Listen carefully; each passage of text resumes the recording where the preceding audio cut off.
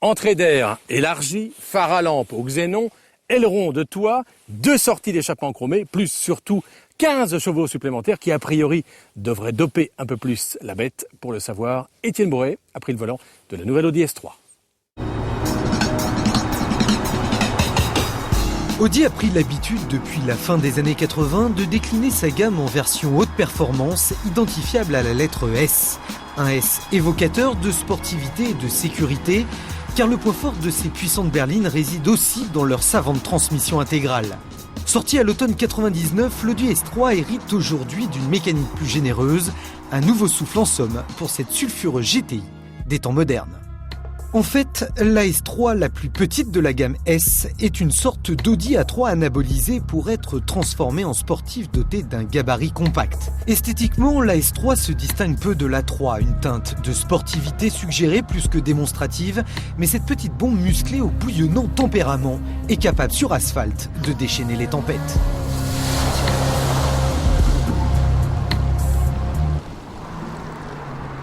Il faut donc avoir l'œil exercé pour reconnaître les quelques subtiles modifications de style. Identifiable d'abord par ces 2 petits logos S estampillés sur la calandre et la malle, l'Audi S3 au capot ventru et aux ailes joufflues s'enrichit d'un discret béquet arrière et d'une mini-jupe latérale.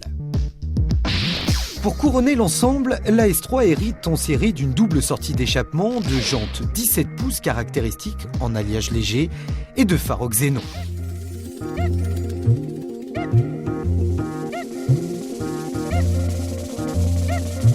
L'habitacle de la S3, c'est sport. Preuve, les sièges baquets signés Recaro, le compteur gradué jusqu'à 280 km/h et la boîte 6 rapports. Mais on n'a pas lésiné sur la qualité de finition exceptionnelle, une constante chez Audi. Le plus joli concerne la laque noire, brillant, cerné de cuir et d'alcantara, qui habille l'ensemble de la console centrale et les contreportes. Le confort manque en revanche de rigueur, l'assise est franchement raide, la sportivité n'excuse pas tout. Ensuite, si la hauteur et la profondeur du siège conducteur se règlent électriquement, l'avancée, elle, s'effectue manuellement. On se demande bien pourquoi. Enfin, l'accès aux places arrière, plutôt délicate, est lié davantage au mécanisme un peu rugueux du siège qu'au réel gabarit de l'auto.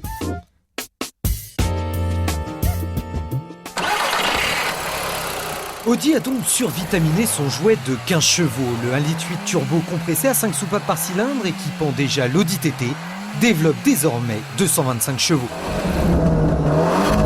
Sur le papier, 15 chevaux de plus, c'est peu, mais en fait, l'Audi S3 en avait besoin. Les accélérations sont devenues plus linéaires mais brutales, le couple plus présent à bas régime, les reprises très énergiques. Collée au bitume, elle impressionne par sa rigueur malgré une boîte de vitesse au guidage imparfait. En revanche, l'amortissement même raffermi devient désagréable lorsque la route est déformée. Sa tendance naturelle au sous-virage est largement contrôlée par un ESP, un contrôle électronique de stabilité omniprésent, au détriment des sensations.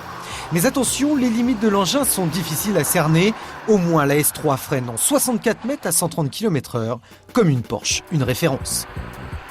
Mais son véritable atout, c'est 4 roues motrices. En temps normal, le couple est transmis à 95% sur les roues avant, 5% sur les roues arrière. Elle réagit le plus souvent comme une simple traction, avec l'inertie que cela sous-entend. Mais à la moindre perte d'adhérence ou sur sol glissant, le couple est transféré pour partie sur les roues arrière. Elle devient donc plus efficace et sécurisante, là où les tractions ne le sont pas.